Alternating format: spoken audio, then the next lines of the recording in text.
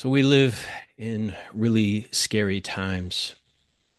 The date that I'm recording this is March 26th, 2025, and just a couple months into the new Trump presidency, the scale and rapidity with which he is destroying American democracy is just horrifying. Just within the last 2 weeks, there have been these deportations to El Salvador's mega prison. And it would be bad enough if these were just all hardened gang members, but clearly innocent people have been swept up in this, and they're being sent to the modern day gulag in El Salvador. There have been a number of cases where, people just visiting the United States, people with green cards, people with, papers to be here, people coming from European countries, have been detained, strip searched, thrown in cold showers, and are still in detention without any legal rights or recourse. It's my belief that that's all part of the game plan to make examples out of these people and to show that everybody is at risk of the worst treatment that Trump has his hands on. Also, within the last week or two, the Yale University program to track abducted and trafficked Ukrainian children, so over 30,000 Ukrainian children kidnapped by the Russians, sent back to Russia to go through re-education camps and then to be ostensibly adopted to Russian families.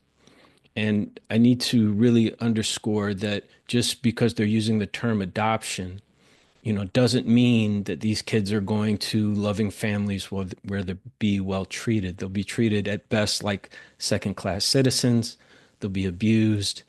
And when they come of age, they'll be forced into the Russian military and used as cannon fodder in the next war. That our own government shuttered this program, and now apparently the data that they do have on these children, they had satellite photos of where the buses were taking them, they have biometrics. That has disappeared. We're all hoping temporarily, and that it will make its way to, Europol, where they can take over the program. But that information may have been deleted, it may have been scrubbed, and so we are now participating in the abduction and trafficking of children. And these are just a few of, the horrors that are happening right now in America under an American president. It is my personal belief that the Russians won the White House, that the Russians have compromised on Trump, that the entire Republican Party is now in bed with the greatest evil on the planet. I've outlined that in other episodes, but all you have to do is look at the Heritage Foundation, which is the number one conservative think tank. It's the same people that brought you George Bush in the Iraq War, are currently conducting a huge amount of their business in Budapest, Hungary, in coordination with the Danube Institute, which is the conservative think tank funded by the government, funded by Viktor Orban. Viktor Orban is an autocrat, and everybody knows that Viktor Orban is a Putin puppet. So if the largest conservative think tank in America is openly doing business with Orban's think tank in Budapest, Hungary, then the entire Republican Party has been co-opted by the Russians. And, I'm just doing what I can as an individual with, whatever skills and abilities that I have to call that out. And yes, that feels really scary given, the speed and rapidity at which Trump is dismantling the guardrails of democracy here in America. And if you don't think that they can come for you or me, I just think that you have your head in the sand. So I'm going to share my screen and just go through a couple of tabs. This is one of the few ways that I have of expressing myself is just to show where the thought came from and then try to connect the dots. So forgive me, it'll seem really abstract at first, but hopefully I will be able to tie it together for you by the end. But the question is, how did the Russians make it in to the White House? How did a conscious agent in Trump and all these other conscious agents collude together? How are they orchestrated by? What are the ways that they hacked the general American consciousness to get this far? So now this is Kyle Kalinske, and it's going to seem, like I said, really abstract. But the way that it starts is that you have the Russian intelligence services. You have what you could just call the KGB or just call the Kremlin. The thing that has remained consistent in Russian history is its intelligence services. It's secret police that operated out of the Kremlin that supported the czars, and then the secret police that then supported Lenin and Stalin and became the KGB, and is now the FSB, the GRU, etc. So just consider it the KGB. They're they think in terms of decades and centuries, where in America we have a hard time thinking beyond the day and the week. They see the rest of the world as their enemy. They want to control as much of that world as they can. And so they study our societies and they look for psychological weaknesses that they can exploit. And of course, in an open society like ours with freedom of speech, their ability to study us and their ability to then influence, and especially when they're thinking in terms of decades and centuries, is beyond what we currently are aware of and are even comfortable openly admitting, even though it is literally the present moment, even though we literally have a president who has sided with the worst forces on the planet at the expense of our long-term commitments and alliances with open and free democracies, right?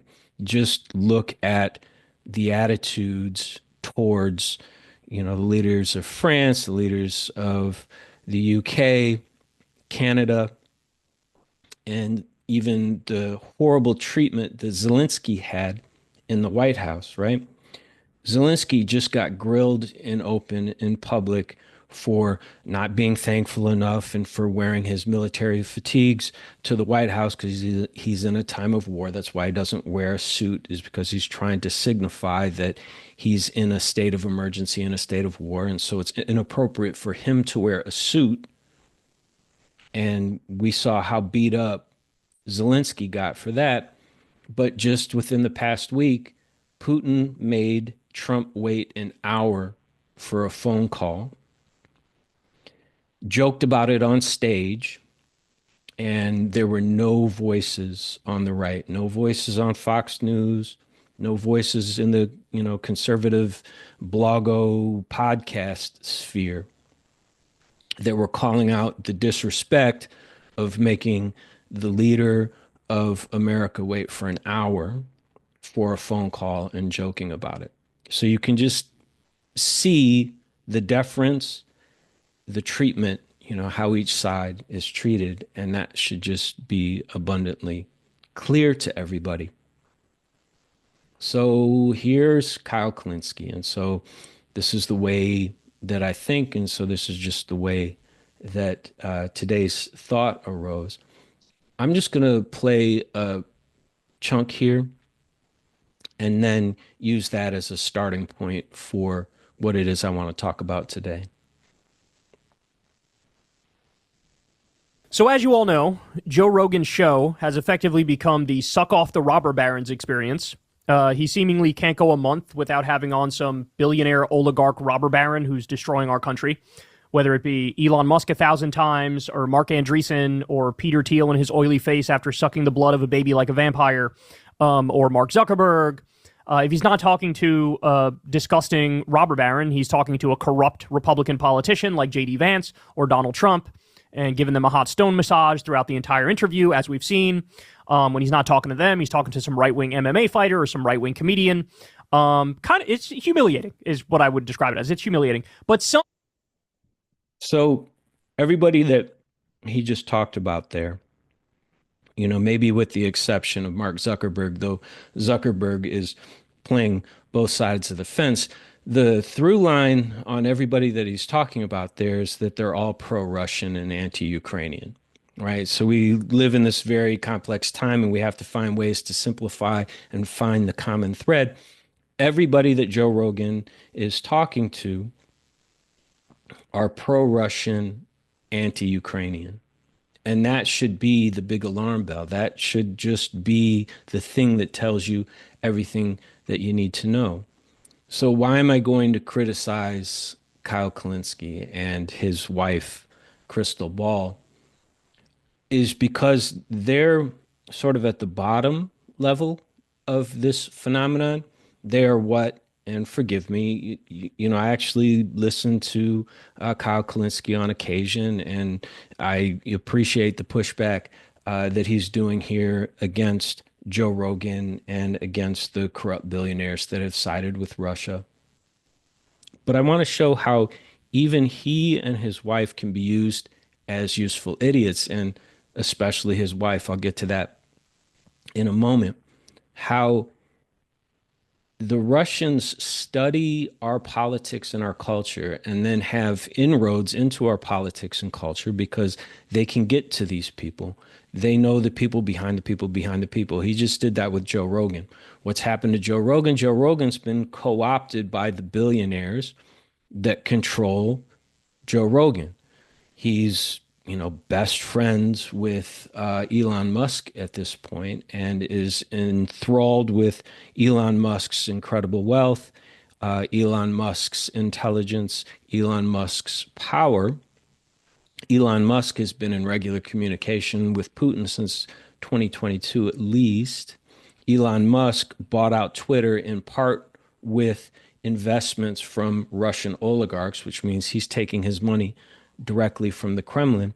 And so they've used that power and influence to influence Joe Rogan. And then, of course, Joe Rogan has or had the biggest microphone on the planet and was instrumental in getting Trump elected in 2024 by just normalizing him with a 3 hour podcast, just bringing him on, asking him softball questions, and letting people think, oh, well, here's this guy that's not,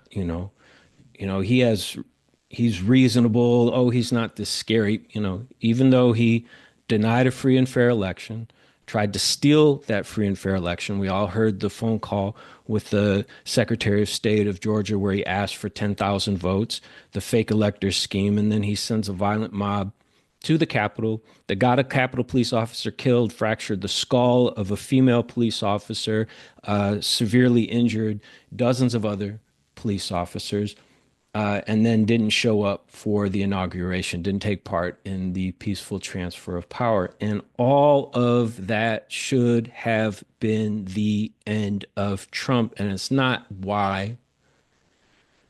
It's because of the psychological flaws in the American public and the way that people who study those psychological flaws can get their fingers in, especially when you're dealing with the size of the Russian program. People don't realize the millions of people in Russia who are consciously apart, who are trained, who are participating in this global psyops, which is the Russian intelligence services.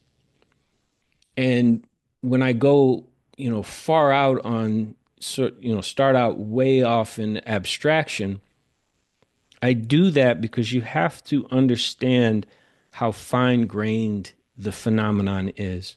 You have to understand the ways that even people who don't realize that they're being hacked can be hacked.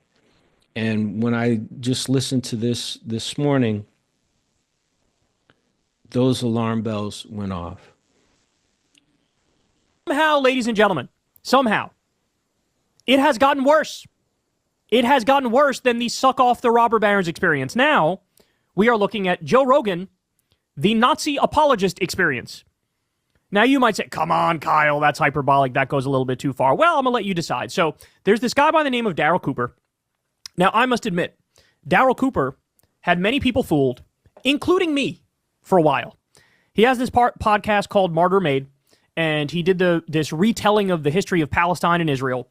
And, you know, if you don't know anything about the guy and you listen to it, you're like, I don't know, this seems really like high level, really well thought out, really interesting. Crystal and I listened to the whole thing, and we thought it was relatively good. But the more I followed this guy's work, the more there were red flags. The more it was like, oh, that doesn't sound quite, oh, that's a little borderline. And then eventually, as you're about to see, and I'll demonstrate for you, the mask totally came off. But it's a cautionary tale that I'm giving you right now, that beware, because there are a lot of people out there saying the right thing about Palestine, and it comes from a great place. Then there are a lot of people out there saying the right thing about Palestine, and it genuinely stems from the fact that they're Nazis. I mean, I know that sounds a little extreme, but it's true. You know, you might hear Nick Fuentes say something, if you take it out of context, like, oh, he's good on the issue of Gaza. But it's like, where does that stem from? It doesn't stem from a belief in human rights and international law and justice. It stems from fuck the Jews, right? Like that's what it is. I hate to put it so crassly, but it's the truth, right? So anyway, this guy, Daryl Cooper, he was in the news. So he's touching on, part of the phenomenon. Part of the phenomenon is the hypercomplexity of the world that we live in. Part of the phenomenon is the hypercomplexity of the history that has brought us to this moment. And then part of the phenomenon is trying to understand, the difference between what's factually true and the way that somebody may use those facts. I mean, here we got Tucker Carlson on the screen, and the thing that drives me absolutely insane about a guy like Tucker Carlson is that when the facts support his narrative, when the facts support his intention, he can see the facts and down to the fine grain level that I'm trying to model on this podcast. But he will then turn around and deny those fine grained facts when they don't serve him. And that happens with everybody. That's how we're getting hacked. And it happens even with, people like Kyle Kalinske and his wife, Crystal Ball. So just backing up, that he's saying that this guy was saying the right things on Gaza, but then he got deeper and he realized he was saying the right things for the wrong reasons. Part of what I would argue is that even Kyle Kalinske and Crystal Ball don't have the right reasons for their support of Gaza. That as you would dig down deeper and deeper into their psychology,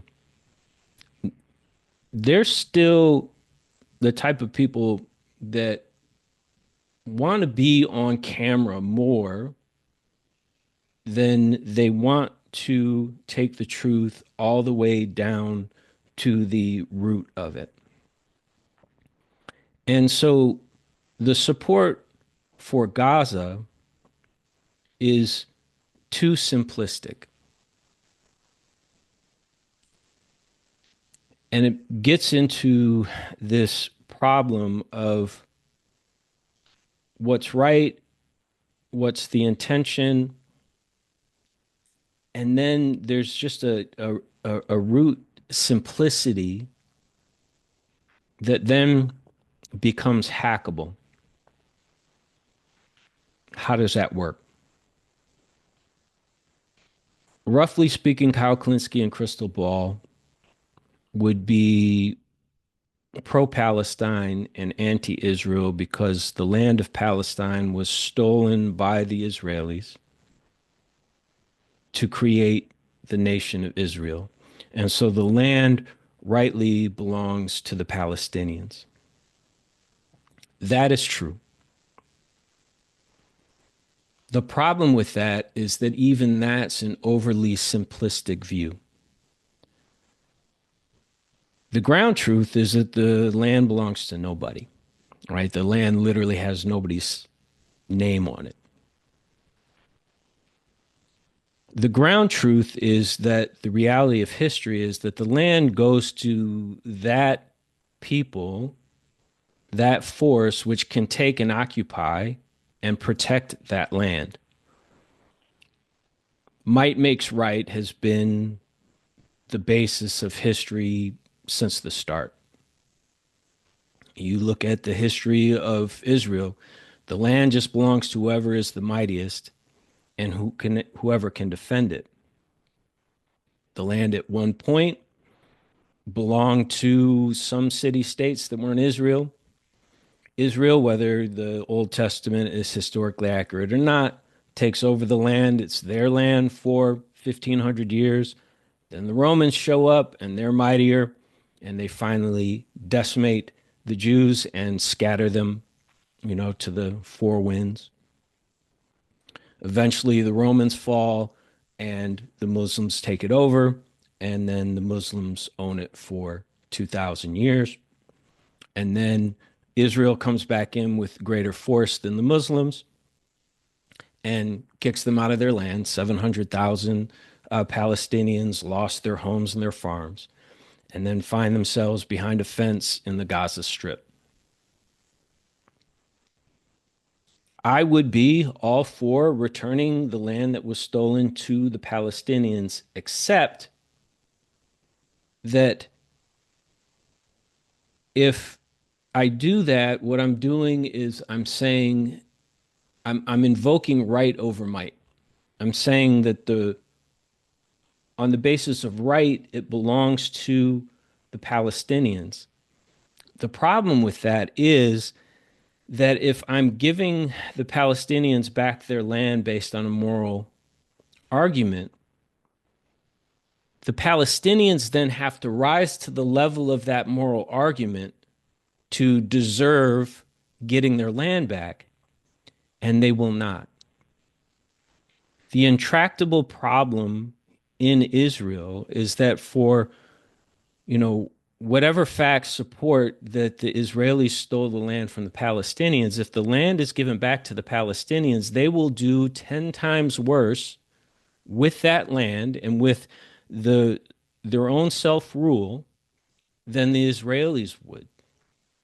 And so we're at a point in history where we have to understand the balance between might and right.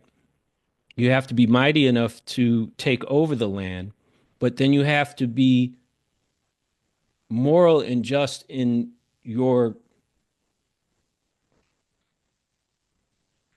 look at Syria just next door. The French occupied Syria, and then, the great colonial enterprise failed in the mid 20th century and it was given back to the Syrians. But Bashar al Assad just failed in Syria. And for a moment, for a week or two, we all looked at Syria and saw how horrific the Assad family had been in governing their own people. There was the horrors of Sednaya prison. Sednaya prison was the worst of the worst. 150,000 people passed through those gates. They were either killed or traumatized so severely that they would been better off being killed. And so if we are to kick the French out of Syria because Syria belongs to the Syrians, that's only true, that's only morally valid if the Syrians can then govern themselves at least as well as the French had. As it stands from a moral perspective, if you just care about human suffering, Syria would have been far off, 100 times better off under French rule than under Syrian rule. And of course, what did we see when Syrian society fell apart and there was massive civil war? is that when people had to vote with their lives, when people had to vote with their feet, what they voted for was French rule. They all risked their lives, many of them drowned in the Mediterranean, fleeing to the great white Christian North. And so there's an inherent logical mistake in Kyle Kalinske and Crystal Ball's position, which just comes from sort of um, a lethal naivete, which is the simple moral math says that Israel belongs, or I'm sorry, that Palestine belongs to Palestinian, that it was stolen, therefore it should be given back. I don't disagree with that on that level. But that's only true if the Palestinians themselves can govern justly, and they cannot. October 7th, for whatever happened prior to October 7th, was so vicious, was so horrible that for me personally, the Palestinians lost my support. And if you look at the support that the Palestinians got, even after the atrocities of October 7th, imagine how much more support they would have if they just took more peaceful and legal means. Don't be mistaken. The Gaza Strip is not an open air prison. It is a pretty nice place. It has four-star hotels, it has universities, or it had water parks, it had tens of billions of dollars in foreign aid. They could have gone about it in a civil manner and actually won the day. So there's just this logical mistake at the heart of what he's saying. And I'm going to pin that on Kyle Kalinske and especially Crystal Ball wanting to be on TV, wanting to be on the screen more than wanting to really get down to the root causes, more than wanting to make themselves comfortable in the depths. And when we do that, the Russians look at that from the outside and they're seeing something that we're not seeing. They're seeing how hackable our society is because we don't have the depth of thinking. We don't have a deep philosophy that informs our positions. And so when they look at something, this is what I call moral vanity. People want to be moral, and I'm not saying that he's not coming from, some level of a moral position, but there's a vanity that goes along with that, such that people will default to what makes them look good more than they're willing to deal with the complexity of the situation and play the thought experiment out forward, which is if we were to give the land back to the Palestinians, what would that actually look like? Would that make things better or would that make things worse? And if it makes things worse, then the moral claim that the Palestinians have is null and void. If they're just going to set up another Syria, if they're just going to open their own Sednaya prisons, if they're just going to put women in burqas, if they're just going to stone people to death for being homosexuals, then no. We're only giving them the land back because we believe it's the right thing to do. But if they're not going to do the right thing, then that moral contract is null and void. For whatever the sins of the Jews taking over Palestine and making it Israel, I think it's just a manifest, obvious fact that they do a much better job of creating a civil society and are coming from a higher moral ground than the Palestinians would. And so that then becomes the perpetual tension of that region.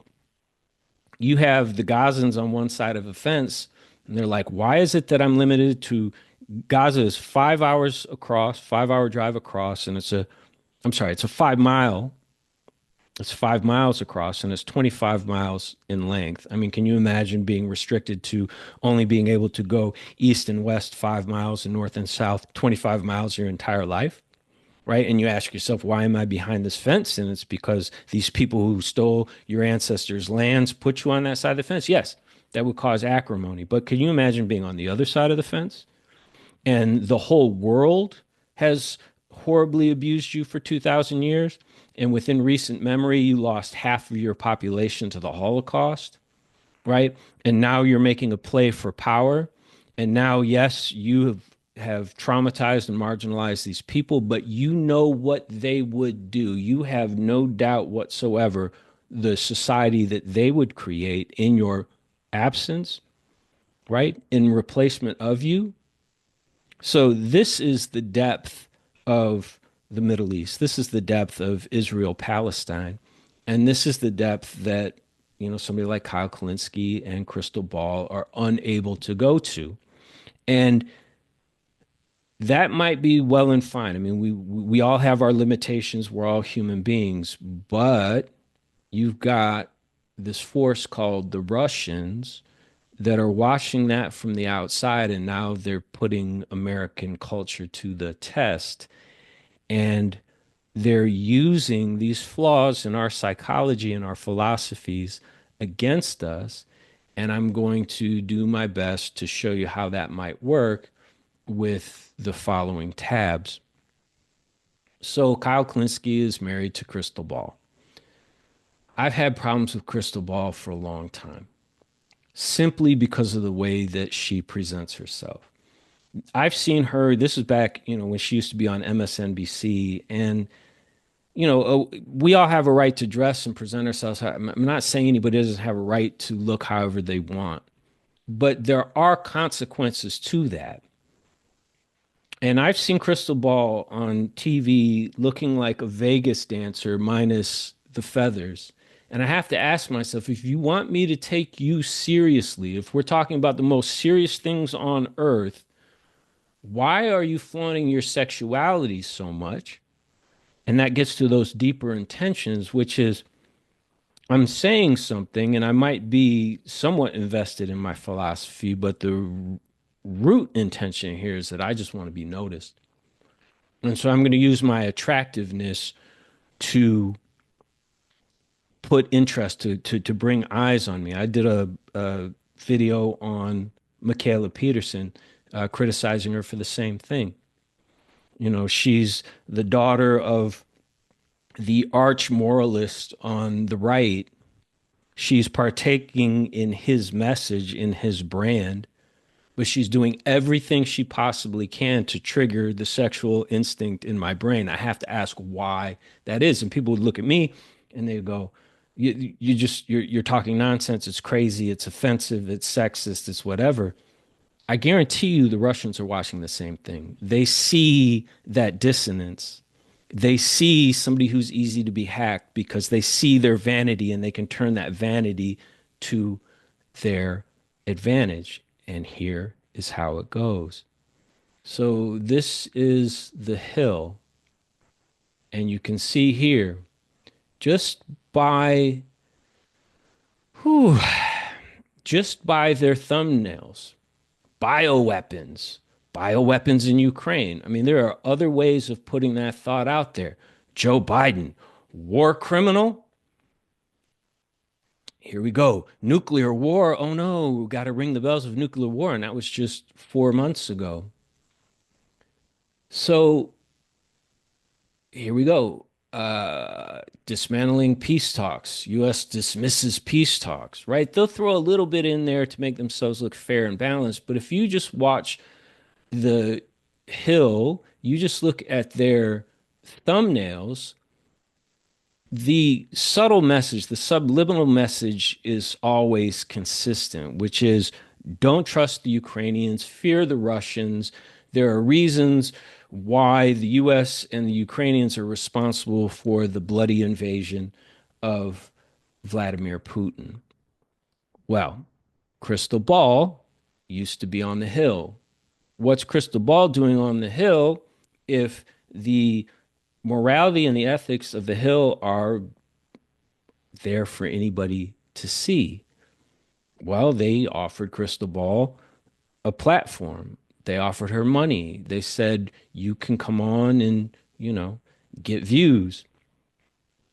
And what I noticed about Crystal Ball, and there's another woman, forgive me, I forget her name, but she worked on the Bernie Sanders campaign, is that they do on the Hill this bullshit thing that Fox News used to do when they claimed to be fair and balanced, when they had Sean Hannity and it was Hannity and Combs, remember? So you have Sean Hannity looking like a, you know, football quarterback, and you had Combs, sorry, it was Combs, this guy that he used to have a show with, and he looked as weakly and sick as a liberal could possibly look, right? And so they're claiming fair and balanced, but the optics are there for anybody to see. But they had Crystal Ball on and this other woman, and they would allow Crystal Ball and this other woman from the left to talk all day about the importance of single payer healthcare. But both of them were anti Ukraine or Ukraine skeptics or anti war, meaning, U.S. isolationism, right? It's not anti war. There's already a war. You can't be against something that's a manifest fact, but they don't want U.S. interventionism. So I had to ask myself, why would they allow them to talk openly and forcefully about single payer health care, but silence them on any sort of pro Ukraine uh, stance or any rush? I mean, let's just talk. Oh, it's one thing, be skeptical about U.S. interventionism, but also cover the horrific crimes of Russia. But you don't even get that. You go on the Hill and try to find anything that talks about the bombing of children's hospitals, the bombing of maternity wards, the abduction of Ukrainian children, that just names the victims. Just within the last few days, a apartment complex was bombed, and a 5-year-old child, a daughter, and her husband were killed, and their mother was severely injured. Where are the faces on that? It's not there because it doesn't play. This is what I'm saying. You have to get down to the deeper message. You have to see what's consistent. You have to see what their intention truly is. And so why would they let Crystal Ball talk about single payer health care but not talk about the atrocities being committed against the Ukrainians? It's because single payer health care is a poison pill.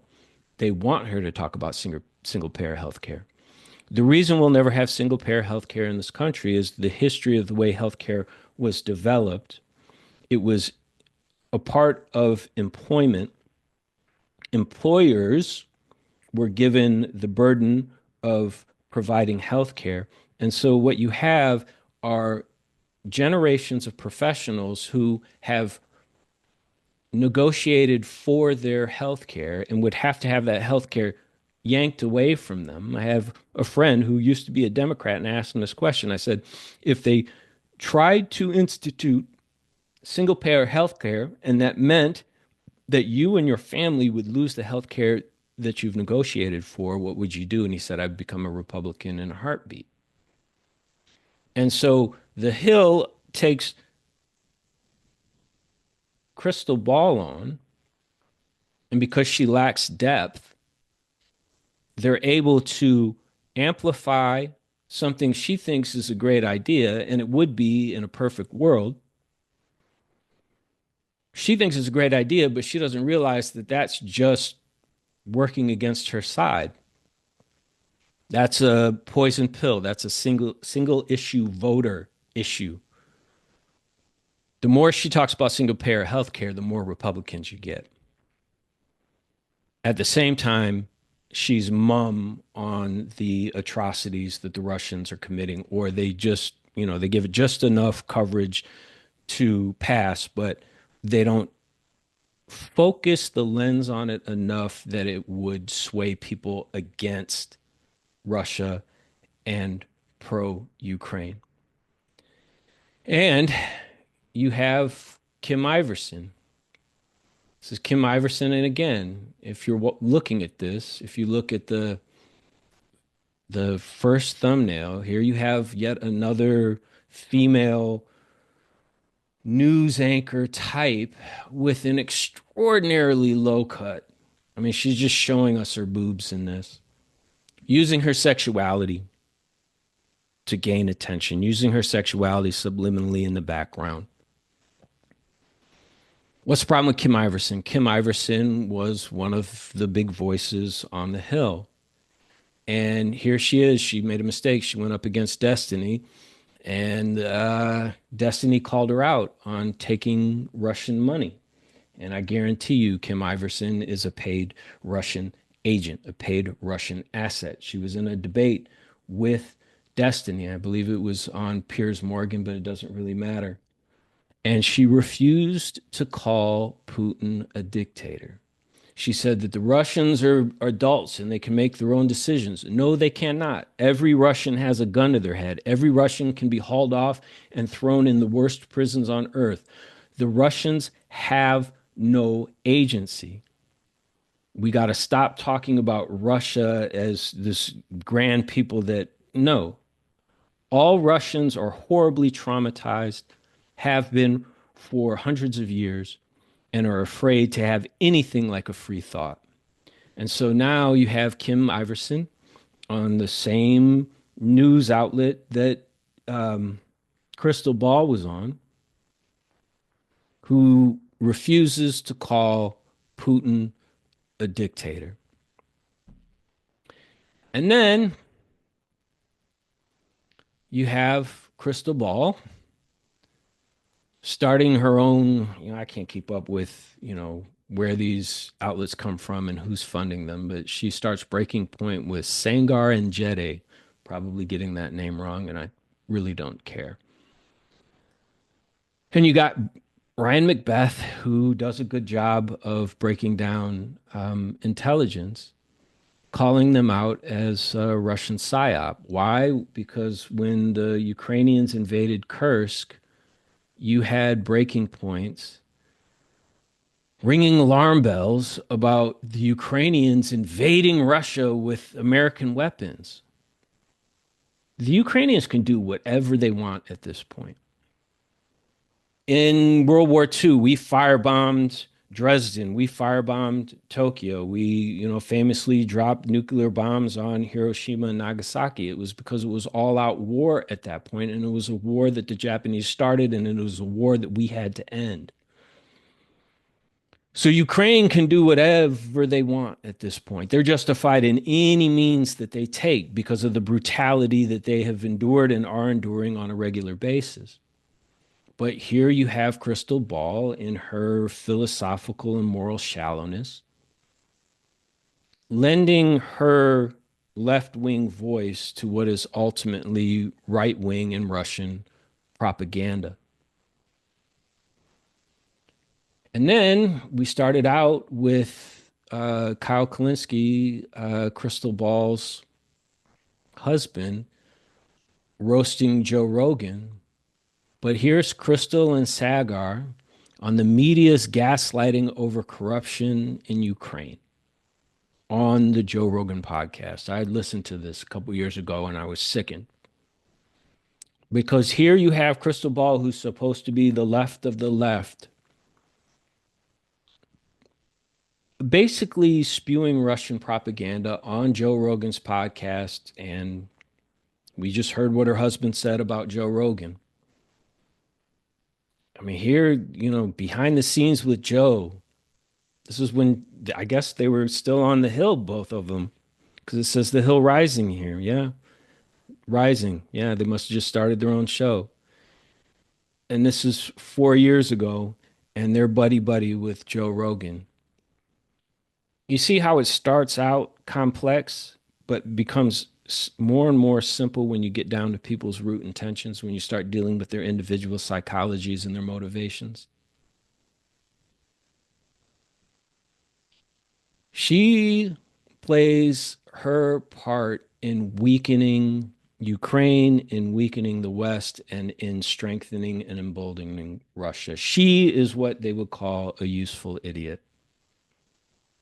She does not have the depth of understanding to make her way through this complexity. And here they are Joe Rogan, 1485, 1485, 1485. Crystal and Sagar. And I listened to that, and they were, pushing back against the pro-Ukrainian voices, talking about how dangerous it was. And I remember Joe saying, I'm so glad that you guys are talking about this because World War III is right around the corner. Well, the Russians have nuclear weapons. What are we going to do? Let them take over the globe? Do you think it's a moral stance to just cut the globe in half and let half of the globe live under the eternal mind fuck that is the Russian government? You can't hold up a blank sheet of paper in Russia right now. You can't hold up a blank sheet of paper in Russia without going to jail for 6 years. The Ukrainians stood up against that. And let's see, Crystal and Sagar, this is a clip on the media's gaslighting of corruption in Ukraine. They're calling out, oh, the Ukrainians are so corrupt. I'm going to show you something, and it's really sad, but it goes directly to the heart of the bravery and the price that the Ukrainian people have paid standing up against that very corruption that they're talking about. The bravery and the price that the Ukrainians have had to pay that none of these podcasters will ever understand, and even yours truly just is in, you know, quiet awe of.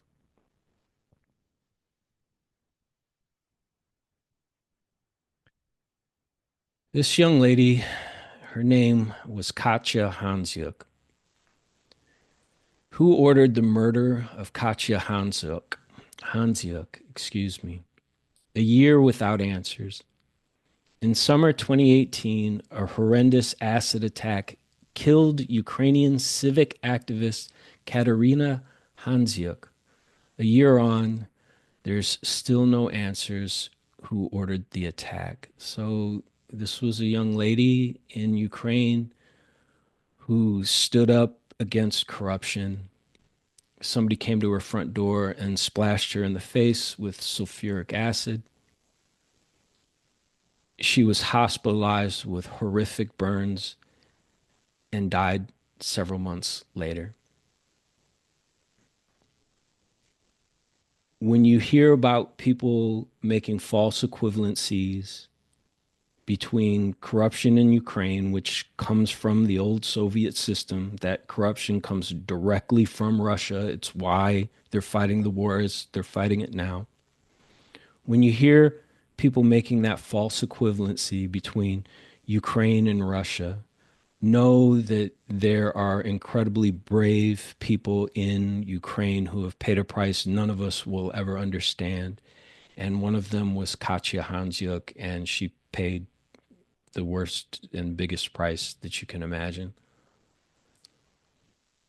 And this is Marie Yovanovitch. This is a woman who was our ambassador to Ukraine. And she was the one that Donald Trump in his first administration removed her from office, said prior to that that she's going to have to go through some things,